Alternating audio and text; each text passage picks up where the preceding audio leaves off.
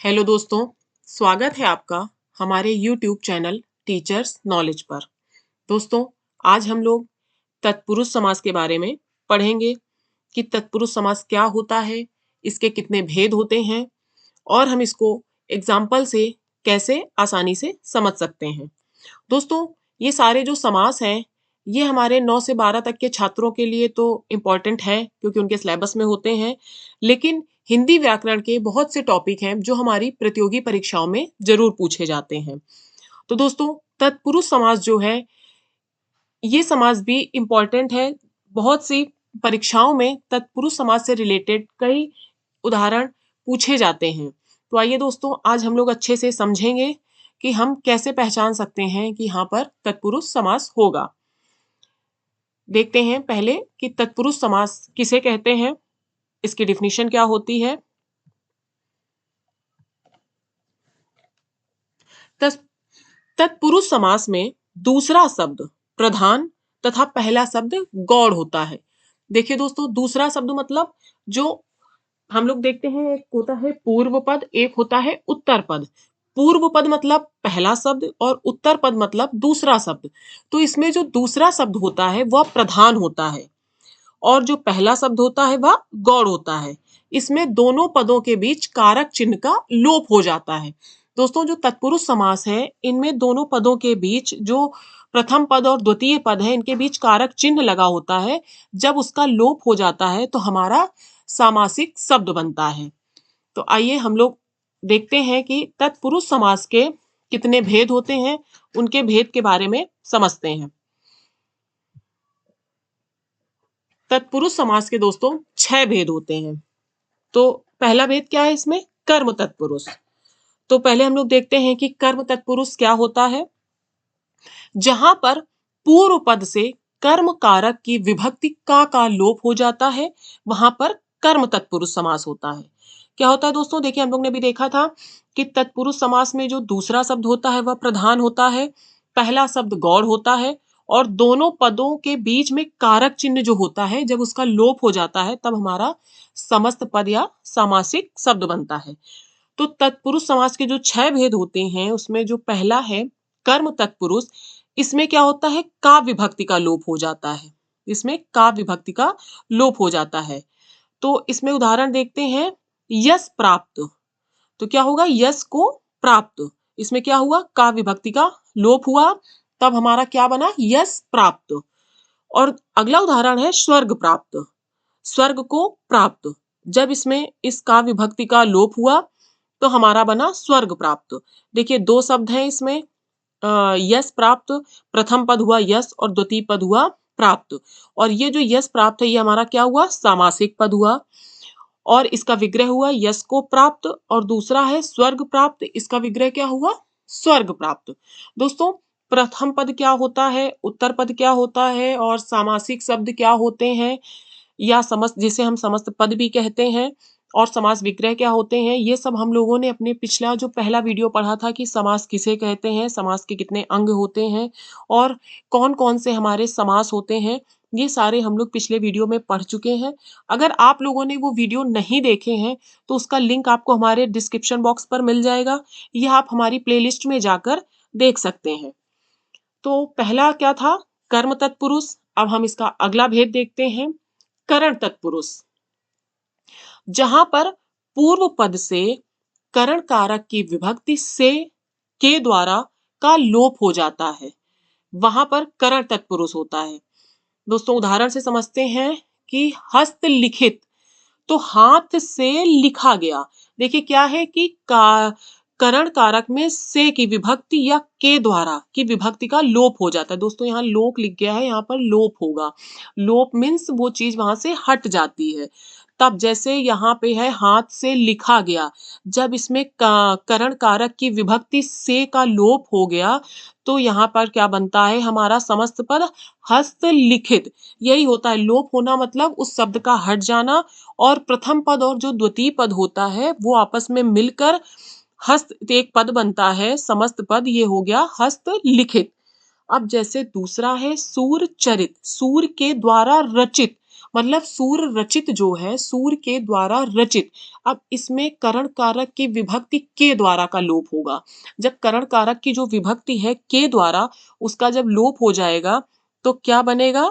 समस्त पद सूर रचित। इसका विग्रह हुआ सूर के द्वारा रचित और समस्त पद हुआ सूर रचित। तो तत्पुरुष हम लोग ने परिभाषा भी देखी थी कि दूसरा पद प्रधान होता है और पहला पद गौड़ होता है और दोनों पदों के बीच में कारक चिन्ह का लोप हो जाता है। कारक चिन्ह का लोप होता है तब हमारा बनता है तत्पुरुष समास। अब हम अपना तीसरा तत्पुरुष समास देखते हैं। तीसरा है हमारा संप्रदान तत्पुरुष।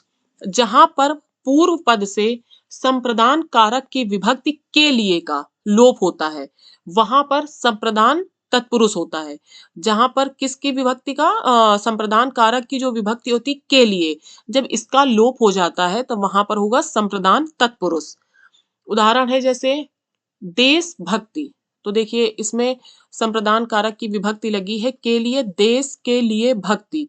तो दोस्तों जब ये के लिए विभक्ति का लोप हो जाएगा तो एक शब्द बनेगा समस्त पद देश भक्ति। अब जैसे अगला है विश्राम गृह। तो विश्राम के लिए गृह, इसमें भी संप्रदान कारक की एक विभक्ति लगी है के लिए। जब इसका लोप कर देंगे, लोप होना मतलब ये शब्द बीच से हट जाएगा और जो हमारा प्रथम पद और द्वितीय पद है वो एक हो जाएगा और एक समस्त पद या जिसे हम सामासिक शब्द कहते हैं वो बनता है। तो यहाँ पर होगा विश्राम के लिए गृह, के लिए का लोप कर देंगे तो यहाँ हो गया विश्राम गृह। देशभक्ति, देश के लिए भक्ति, के लिए का लोप किया तो बना देशभक्ति और विश्राम गृह में के लिए का लोप हुआ तो बना विश्राम के लिए गृह, विश्राम गृह। दोस्तों अगला देखते हैं, अगली विभक्ति है अपादान तत्पुरुष। इसमें अपादान कारक की विभक्ति से का लोप हो जाता है, वहां पर अपादान तत्पुरुष समास होता है, लेकिन इस से का क्या अर्थ होता है? अलग होने के अर्थ में। जो अपादान कारक की विभक्ति से है इसका होगा अलग होने के अर्थ में। जब इसका लोप हो जाएगा, जैसे है उदाहरण से समझते हैं पाप मुक्त। तो पाप से मुक्त, तो देखिए से विभक्ति का लोप होगा तब यहाँ पर हो जाएगा अपादान तत्पुरुष, लेकिन अलग होने के अर्थ में। से क्या है? अलग होने के अर्थ में। पाप से पाप मुक्त मतलब जो पापों से मुक्त हो रहा है, तो जो इसमें से लगा हुआ है वो अलग होने के अर्थ में है। पाप से मुक्त, पाप मुक्त। पाप मुक्त हमारा क्या है? समस्त पद और विग्रह है पाप से मुक्त। से क्या है? हमारी अपादान कारक की जो विभक्ति है, जब इसका लोप कर देंगे तो यहाँ पर एक सामासिक शब्द बनेगा पाप मुक्त। अगला है जलहीन, जल से हीन। अब इसमें भी देखिए से विभक्ति आई, जब इसका लोप हो जाएगा तो क्या बनेगा? जलहीन। अब दोस्तों अगली विभक्ति देखते हैं हम,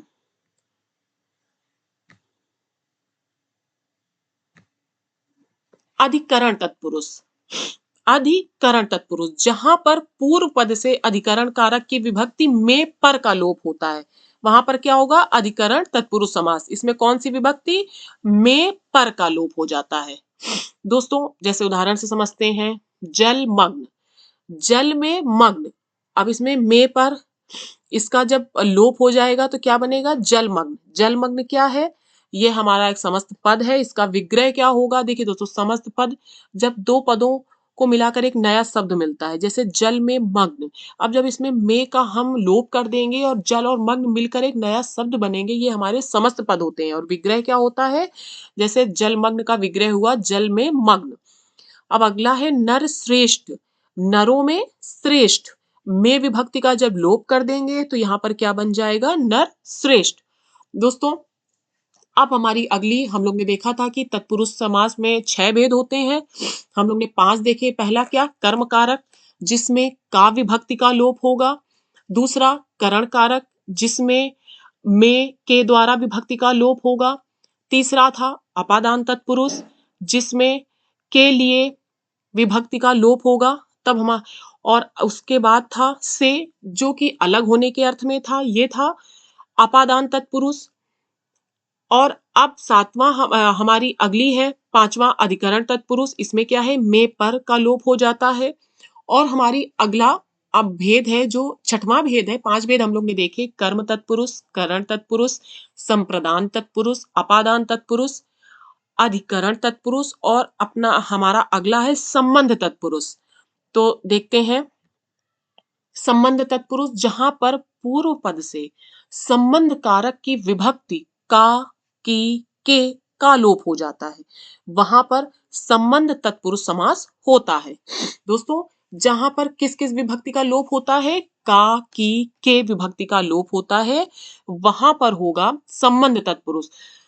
जैसे उदाहरण देखते हैं राजपुत्र, तो इसमें विभक्ति क्या आई, जब हम इसका राजपुत्र हमारा समस्त जो पद है उसका जब विग्रह करेंगे तो क्या बनेगा, राजा का पुत्र। तो इसमें क्या होगा, का विभक्ति। का विभक्ति जो है ये हमारी संबंध तत्पुरुष की कारक की विभक्ति है, जब इसका लोप कर देंगे तो इसका समस्त पद बनेगा राजपुत्र। जैसे अगला उदाहरण है अमृत धारा, तो देखिए अमृत की धारा, हम लोग ने 3 शब्द देखे संबंध कारक की विभक्ति में, का, की, के। इन 3 शब्दों में जब हम विभक्ति करेंगे तो का, की, के ये इनमें से कोई एक शब्द आएगा, जब इसका लोप कर देंगे तो वहां पर संबंध तत्पुरुष समास हो जाता है। जैसे अमृत धारा है तो अमृत की धारा, जब इसमें की जो है हमारी विभक्ति इसका लोप कर देंगे तो हमारा क्या बनेगा, अमृत धारा। ये हमारा बनेगा संबंध तत्पुरुष समास।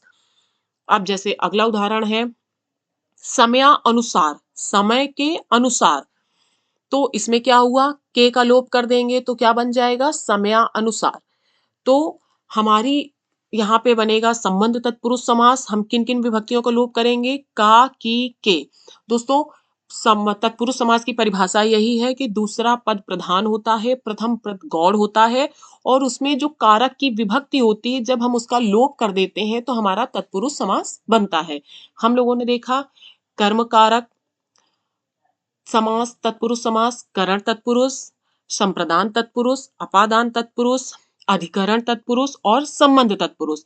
ये जो कारक हैं इनकी जब विभक्तियों का जब लोप होता जाता है, अलग अलग हम लोग ने देखे कि कर्म तत्पुरुष में का विभक्ति का लोप होता है और करण तत्पुरुष में से द्वारा विभक्ति का लोप होता है, संप्रदान में के लिए का लोप होता है, अपादान में विभक्ति का लोप होता है, से विभक्ति का अलग होने के अर्थ में लोप होता है, अधिकरण में विभक्ति का लोप होता है और संबंध में का, की, के ये क्या है हमारे, इन सब का जब कारक चिन्ह, ये हमारे कारक हैं, आप लोग ने पढ़े होंगे कर्ता ने कर्म को करण से, ये हमारे कारक है।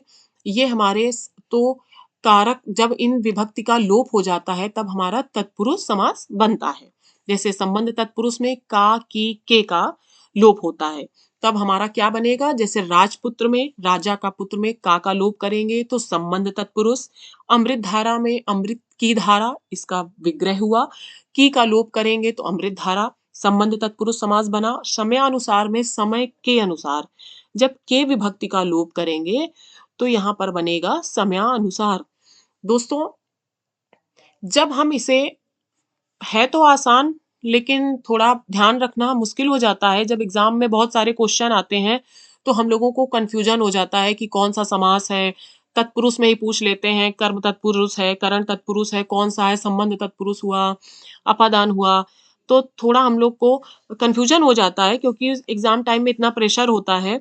तो दोस्तों ये हम कैसे ध्यान रख सकते हैं, ज्यादा से ज्यादा प्रैक्टिस से। हम जितनी ज्यादा से ज्यादा प्रैक्टिस करेंगे उतनी जल्दी हम लोग सीखेंगे कि कौन सा समास है, सारे समास में कि हम इसमें देखें इनमें से कौन सा समास होगा।